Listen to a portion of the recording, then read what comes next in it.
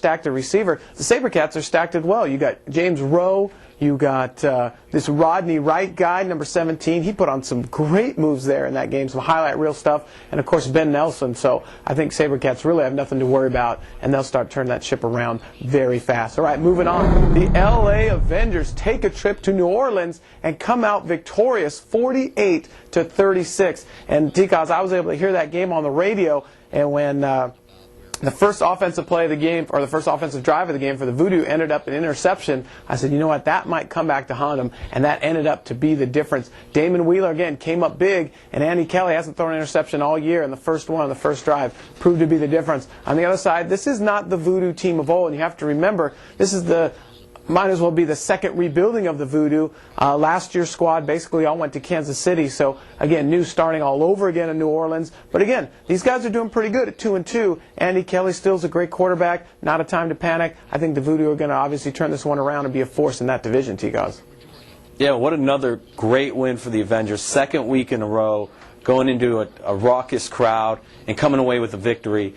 That just, once again, a total team effort, offensively, defensively, and like you said, Cumbie coming in, not throwing any interceptions. He's really the only starter right now in the league that has yet to throw an interception. Better knock on wood on that one. But Andy Kelly came in with the same scenario. It didn't take long with Damon Wheeler picking off the ball to start the game. Really set the tone. But a huge sack by Silas Demery down the stretch. And I think what the Avengers are doing this year, last year they were in the thick of a lot of games, but now they're learning how to finish. And if they can keep that going, they go on the road for one more against Chicago, that would really be something if they could come away with 3 straight on the road. T-Cos, and this, you may recall, the Avenger team of old a few years ago seemed to have much better luck on the road than they did at home, and at one point they got to the place where they were actually putting their players in hotels while they were playing home games to kind of simulate that on the road feeling, and that idea ended up backfiring. But Avengers playing strong on the road, and as you said, hey, if they can come in Chicago, come back home in 3-1, wow, you would be most ecstatic.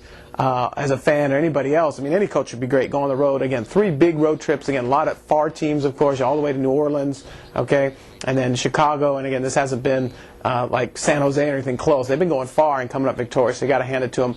On the other side of the ball, of course, as we mentioned with the Voodoo, 2-2. I think they're light years ahead of Tampa Bay and Austin right now. And of course, as we talked about before, T-Cos, everybody makes the playoffs pretty much in arena football. So I think the Voodoo will probably get a lower seed and be able to get in the playoffs and definitely be able to make something happen. All right, moving on. Let's get to the next game. Nashville Cats take a trip to Austin and come out victorious 70-63. Jeff Smoker, again, is not all smoke and mirrors. 6 TDs proves to be the difference. And these guys, again, keep rolling on. Of course, this was probably maybe have to be a record, T-Cos, the most interceptions in one game. Austin did not start Adrian McPherson due to some, broken policies and whatnot, and that quarterback throws 2 INTs, and then Adrian steps up and matches it with another 2 INTs. I know Austin, one player recorded 3 of those interceptions, and just the fact that the game was that close showed that at least Austin was doing something, but nonetheless, you can't overcome 4 interceptions and win at home, T-Cos. Right, and now Nashville is actually becoming one of the more potent offenses in the league since they've made this move to Smoker. I think it's been, up to this point, the biggest and most smart decision that any team has made as far as substitutions involved. And I think he's just really made that team and given them confidence all around. Of course, Ahmad Hawkins on defense, 3 interceptions, helped them get that road victory. But I think this is a team that's really coming up and starting to find themselves. And I think they're going to continue to roll right now with two straight wins. Oh, no, I agree with you, T-Cos. And Austin's, again, got some questions to answer. Adrian, definitely they want to be their starter, but again, not looking like the Adrian McPherson of old that left for the NFL a few years back. So I don't know how many more games you want to give him, but to definitely have some questions to be answered in Austin. All right, we'll just keep it rolling here, T-Cos. Dallas, 70. Orlando, 49. And here's the thing, T-Cos. Both these ESPN games came out fabulous. I think the Dallas-Orlando game, obviously, you saw on Monday night. And then Thursday night, you saw Philly and Colorado. ESPN has to be very ecstatic to get these great games. But Dallas continues to roll, continues to look like Dallas. That offense is amazing. Clint Dozell, of course, even with his favorite receiver Marcus Nash out, found Will Pettis for a bazillion TDs. I think it was 6 total and 1 on the return there. And with Orlando on the other side of the ball, they kept pace pretty close. But in the end, that defensive pressure with Greg White out was not enough to get Dozell on his back and get him off rhythm. And it just went from bad to worse at the end in Orlando. And as you'll see on the clip we're going to show, Will Pettis, again, made his bid for, I think, Iron Man of the Week, and then definitely sealed the deal with this return here, taking it all the way to the house to close the game out. And it was funny to watch Gruden's reaction as he was frustrated toward the closing minutes, and then finally at the end of the game he just started smiling. Hey, knowing it's over, let's just get this one over with and move on to next week. But as you recall, T-Cause, this might be a flashback from last year. Dallas went into Orlando's house, beat them up pretty badly, and then ended up losing to them in the quarterfinals in the playoffs. So I think Gruden is probably remember that, saying, hey, I'd rather lose this one than in the playoffs. But again, Dallas continues to roll, T-Cause. Yeah, and I think Dallas in this game, they really felt as if Orlando cost them a ring last year. And I think they very well did, because if Dallas would have won that championship game, I think they would have been a very strong favorite against Chicago the following week in the Arena Bowl. So they came in with a little vendetta, but they really showed that their offense, playing a defense like Orlando, they're going to put up 70 points again. They're really just scoring at will, and especially to do it without Marcus Nash, it just goes to show Dozell has a good thing going with the other options there, and Pettis is a great asset to that team as well, because he's doing it on defense, he's doing it on special teams. So, this team, Dallas, I don't know.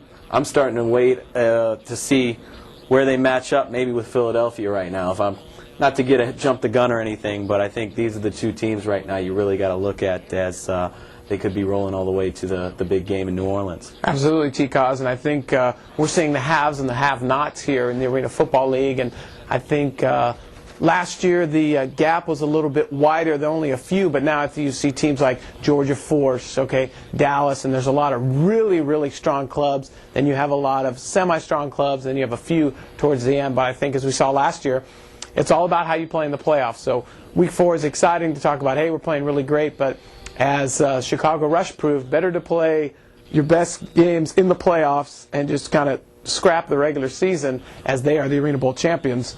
And again, it's not about stats. It's all about who's winning come the playoffs. All right, we're going to take a quick break, folks. When we come back, we're going to talk the all-money team players of the week. And more excitement as Week 4 review rolls on with AFL Today. Stay with us, everybody. Welcome back to AFL Today, Week 4 edition. I'm your host, E-Money, joined, of course, by legendary AFL analyst Tony Cozzolino. And now we are breaking down the all-money team players of the week. And as T-Cos alluded to, he was saying maybe we should add running back of the week here. I don't know. We'll keep that one deliberation. But for now, we're going to talk about offense, defense, and Iron Man. And here we go. Let's get right to it. All right, let's start off with the offense. Tony Graziani, T-Cos. I think it's going to be a Dozell-Tony battle all week long, as Grazi put on a clinic. This was his first full game, by the way, not because of injury, just because he's doing so well. He took himself out early, but played all 4 quarters, and again, just showed a picture-perfect quarterback clinic of what to do. You can really see the leadership starting to blossom from Tony. I think he originally was a quiet leader. Now he's starting to get a little more vocal and let his guys know, hey, this is it, let's go, you can follow me. And again, you can see by Philly's record that they are responding. All right, moving on to defense. It was a tough one, T-Cos. E.J. Burt definitely gets honorable mention, but I'm going to give it to Ashwante Bryant on both sides of the ball. Doing a little bit of Ironman style, but 3 interceptions, 1 for a TD, taken all the way to the house. Got to hand it off to him on the defensive side. For Ironman, who else? We talked about it earlier, Will Pettis. And again, if you're not a believer, just watch that game again. And again, he put a exclamation mark with that TD return. The longest TD return will be in AFL history, 58 yards. Again, back foot on the line, taking it all the way.